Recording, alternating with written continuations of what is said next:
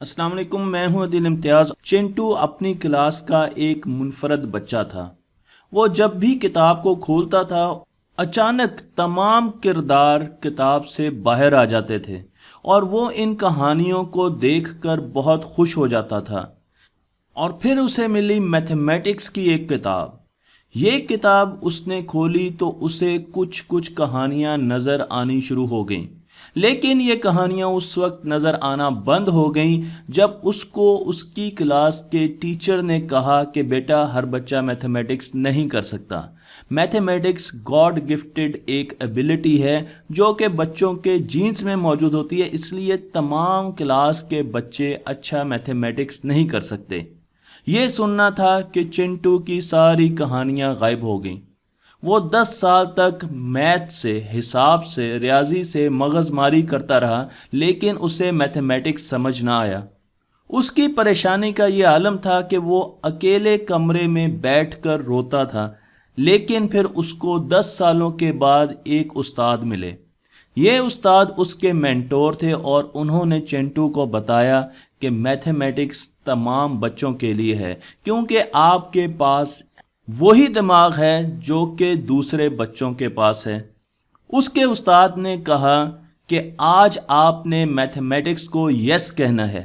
आज अपने दिमाग में आपने ये बात पक्की कर लेनी है कि आप मैथमेटिक्स कर सकते हैं और मैथमेटिक्स आपके लिए ही बनाया गया है। ये बात सुननी थी कि चिंटू को मैथमेटिक्स में दोबारा कहानियां नजर आनी शुरू हो गईं। कैरेक्टर्स लैपटॉप से बाहर निकलना शुरू हो गए और वो जिस तरफ देखता था उसे मैथमेटिक्स की इक्वेशंस ही नजर आती थीं। अब चिंटू समझ चुका था कि मैथमेटिक्स हर बच्चा कर सकता है। लेकिन हमें मैथमेटिक्स से क्यों डराया जाता है?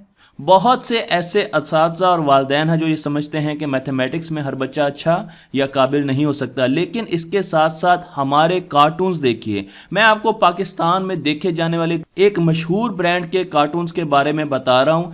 इन कार्टून्स को जब भी मैं देखता हूँ तो मुझे नज़र आता है कि इस कार्टून का मेन कैरेक्टर हमेशा क्लासरूम में रोता रहता है और उसकी वजह यह है कि उसको मैथमेटिक्स समझ नहीं आता।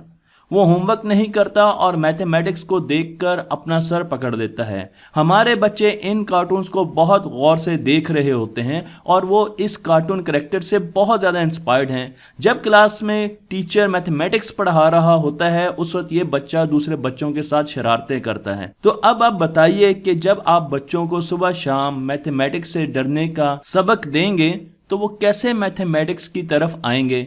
यही मसला बहुत अरसे पहले अमेरिका में भी शुरू हुआ और वहाँ की भी एक बहुत बड़ी कार्टून सीरीज़ ने ऐसा ही काम करना शुरू कर दिया। उन्होंने लोगों को मैथमेटिक्स से डराना शुरू कर दिया। इसी वजह से अमेरिका में ये बहस चल रही है कि इन कार्टून्स में से ऐसे कैरेक्टर्स को बाहर निकाल देना चाहिए जो कि हमारे बच्चों को मैथमेटिक्स से डराते हैं। अगर आपका ब्रेन चाहे तो वो कुछ भी कर सकता है और जब ब्रेन लर्निंग करता है तो उसका साइज बढ़ता है। मैं आपको एक रिसर्च स्टडी के बारे में बताता हूं जो कि की गई लंदन में, जहां पर टैक्सी ड्राइवर्स को गाड़ियां दी गई और उनको कहा गया कि आप लंदन में गाड़ियां चलाएं।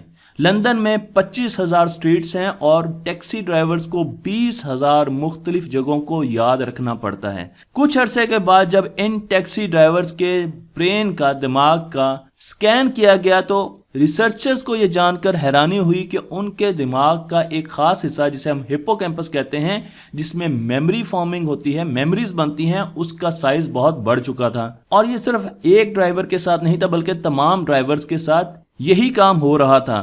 और जब उन्होंने उन ड्राइवर्स का स्कैन किया जिन्होंने टैक्सी चलाना छोड़ दी थी तो उनके हिप्पोकैम्पस का साइज दोबारा कम होकर पहले जितना हो चुका था। इससे उनको पता चल चुका था कि हमारा ब्रेन फ्लेक्सिबल है और जिस तरीके से आप अपने ब्रेन को ट्रेन करेंगे ये उसी तरीके से बढ़ना शुरू कर देगा। एक और एक्सपेरिमेंट है जिसमें बच्चों को इकट्ठा किया गया 2 ग्रुप्स में। एक ग्रुप वो था जिसे मैथमेटिक्स की एक बीमारी थी, ना समझने की, इसे मैथमेटिकल लर्निंग डिसेबिलिटी कहते हैं। उनको माजूरी थी कि वो मैथमेटिक्स नहीं सीख सकते थे, जबकि दूसरे नॉर्मल बच्चे थे।